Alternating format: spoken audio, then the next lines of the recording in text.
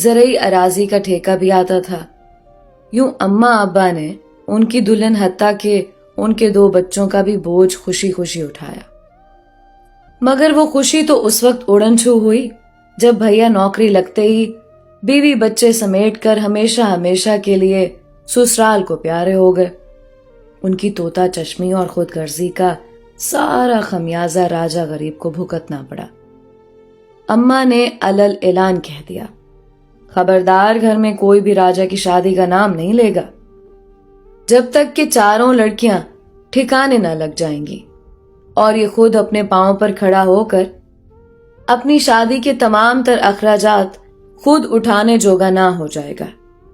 اس اعلان نے راجہ کے دل کی دنیا تہ و بالا کر دی، کیونکہ اس وقت تو وہ بھیا کی خالہ ساس کی منجلی لڑکی رانی سے عشق فرما چکا تھا۔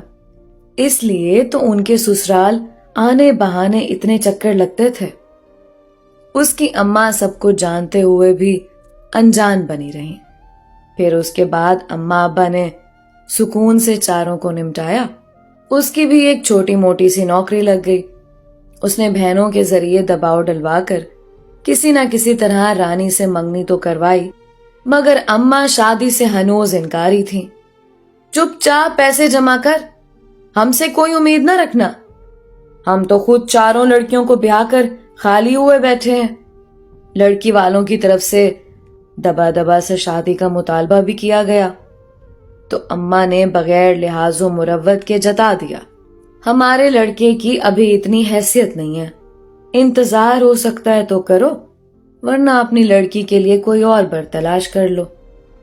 اماں کے اس سنگے دلانہ بیان پر جہاں اس کا دل ٹکڑے ٹکڑے ہو گیا، وہاں رانی نے تبھی خم ٹھوک کر اپنے گھر والوں سے کہہ دیا، اگر راجہ کے علاوہ میرے لیے کوئی اور بر ڈھونڈا گیا تو میں گندم میں رکھنے والی گولیاں پھانک لوں گی۔ یعنی آگ تو دونوں طرف برابر لگی ہوئی تھی، بس نصیب ہی ٹھنڈے تھے۔ اس کی نوکری معمولی تھی تو تنخواہ بھی قلیل تھی، بیاہی بہنوں کا گھر تھا، کبھی کسی کا چلہا اور کبھی کسی کے بچے کا عقیقہ، دینا دلانا تو پڑتا تھا۔ اماں ابا کی اپنی حالت پتلی تھی، ابا ریٹائر ہو چکے تھے، اور زرعی اراضی بھی تایا اور چاچا میں تقسیم ہو کر مختصر سی ان کے حصے میں آئی تھی۔ بہرحال وہ بچت کرنے میں جتا رہا، چند سال اور سرک گئے، مگر جب اماں نے شادی کا نام تک نہ لیا تو ایک دن اس نے خود ہی بے شرم ہو کر کہا، اماں وہ میری شادی۔ کیا کہا، شادی؟ اماں نے خشمگین نظروں سے گھورا۔ ہاں اماں، میرا خیال ہے اب تو کافی رقم جمع ہو گئی ہے، اس نے تھوک نگلا۔ ارے جتنے پیسے تو سنبھال کر اترا رہا ہے نا، تو اتنے میں بامشکل بری کے کپڑے لتے ہی آ پائیں گے، زیور کہاں سے بنواؤں گی؟ اپنے والا تو سارا میں بہو اور بیٹیوں کو چڑھا چکی ہوں۔ اماں نے ایک اور دل خراش انکشاف کیا۔ اماں گولڈ کے زیورات کوئی ضروری تو نہیں ہے، آج کل بازار میں ایک سے بڑھ کر ایک مصنوعی زیورات دستیاب